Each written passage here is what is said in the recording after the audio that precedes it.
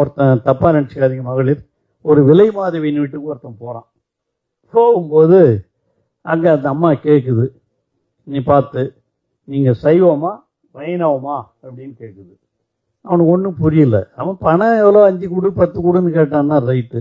என்னடா இங்க வந்திருக்கிறோம் நாம ஒரு விலை மாத வீட்டுக்கு, நம்மளை சைவமா வைணவமான்னு கேட்குறாங்க அப்படின்னு கேட்டான். அந்த அம்மா சொல்லிச்சான், என்னம்மா ஒன்றும் புரியலையே அப்படின்ட்டான். ஒன்றும் இல்லை, சைவம்னா இப்படி வைணவம்னா இப்படின்னுச்சான். ஒன்றும் புரியல. சைவம்னா இப்படி வைணவம்னா இப்படி. ஒன்றும் புரியல. என்னவா சொல்ற, இதுன்னா அது தீபம் விபூதி இது தானே, அதுல என்ன இருக்கு அப்படின்னா, இல்ல சைவம்னா படுத்துக்கிறது, வைணவம்னா நின்னுங்கிறது. பட்டை போடுறதையும் நாம போடுறதையும் பத்தி இவ்வளோ இழிவா பேசியிருக்கிற உங்களுக்கு எப்படி சொல்றதுன்னே தெரியலீங்க. உங்களுக்காக ஏன் மக்கள் ஓட்டு போட்டாங்கன்னே தெரியல. அனைவருக்கும் வணக்கம். திராவிட முன்னேற்ற கழகம் திமுக மத்த கட்சி தலைவர்களை தரம் தாழ்த்தி பேசுவாங்க, எதிர்கட்சியில் இருக்கிறவங்கள தரம் தாழ்த்தி பேசுவாங்க அப்படிங்கிறது எல்லாரும் தெரிஞ்ச ஒண்ணு. ஏன்னா அது அவங்களோட டிஎன்ஏல இருக்கிற ஒண்ணு. அதை நம்ம நிறைய இடத்துல பார்த்துட்டோம்.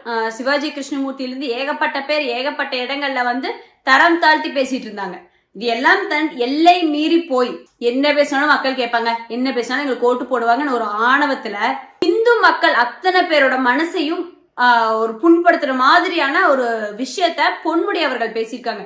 கொஞ்சமாச்சும் பொறுப்பு வேண்டாமா? மக்களால நம்ம தேர்ந்தெடுக்கப்பட்ட மக்கள் பிரதிநிதியா இருக்கோம், ஒரு துறையோட அமைச்சரா இருக்கும். அப்ப நம்ம எந்த மாதிரியான வார்த்தைகளை பேசணும்? ஒரு அரங்கம் நிறைந்த பெண்கள் இருக்காங்க, அப்ப பெண்கள் மத்தியில நம்ம என்ன பேசணும் அப்படிங்கிற ஒரு பேசிக் காமன் சென்ஸ் கூட இல்லாம பட்டை போடுறதையும் நாம போடுறதையும் பத்தி இவ்வளோ இழிவா பேசியிருக்கிற உங்களுக்கு எப்படி சொல்றதுன்னே தெரியலீங்க. உங்களுக்காக ஏன் மக்கள் ஓட்டு போட்டாங்கன்னே தெரியல.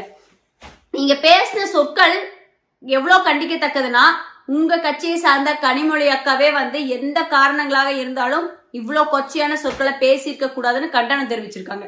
உங்களை பதவி விலக்கி இருக்காங்க. அப்ப மக்கள் நம்ம யோசிக்கணும், இப்படி ஒருத்தருக்கா நம்ம ஓட்டு போட்டோம், இப்படி ஒருத்தங்களுக்கா நம்ம தேர்ந்தெடுத்து அமைச்சராக்கி உட்கார வச்சிருக்கோம் அப்படின்னு சொல்லி எந்த மதத்தை